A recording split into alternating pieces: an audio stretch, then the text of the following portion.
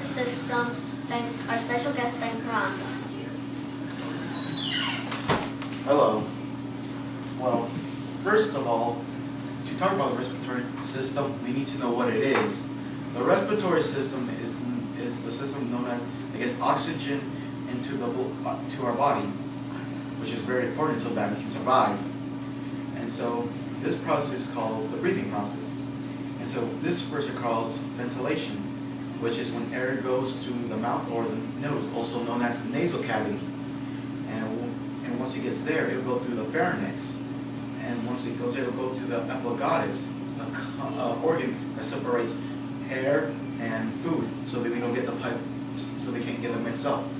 And so once the air gets through the epiglottis, we go to the trachea, which is also known as the windpipe. When it goes down to windpipe, it will branch out to two branches known as the bronchi. Now the bronchi will take the air and branch out even more into the bronchioles. And the bronchioles will kick to the air to little itty bitty bubbles called alveoli. Now there's millions of these alveoli in our lungs. And so this is where gas exchange occurs, when carbon dioxide leaves and oxygen enters. How our body knows when to get rid of the carbon dioxide is controlled by medulla oblongata, which is in our brains. Now, when the medulla oblongata senses that there's too much oxygen in the body, carbon dioxide in the body, it'll send impulses to our body, telling it to get rid of the carbon dioxide and bring in the oxygen. And so that's how we get carbon dioxide. The carbon dioxide will leave through the alveoli, through the lungs, and leave out through the trachea, and leave through either our mouth or the nose.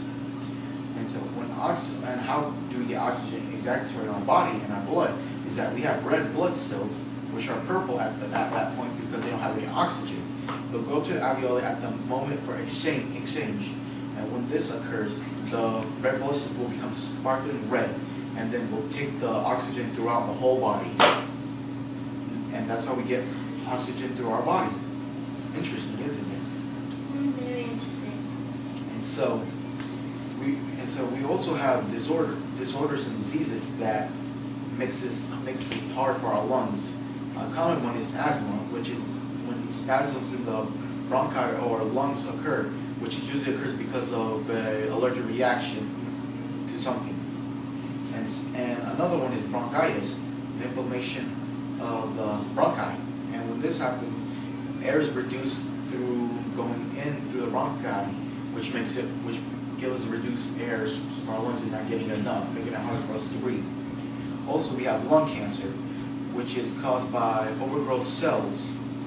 And when these cells get big, they become tumors, and these tumors start interfering with the normal process of the lungs, which will end up in death eventually, unless leave untreated.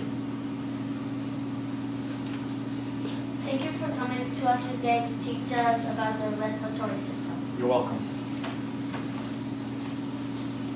Daddy, why didn't I kiss you?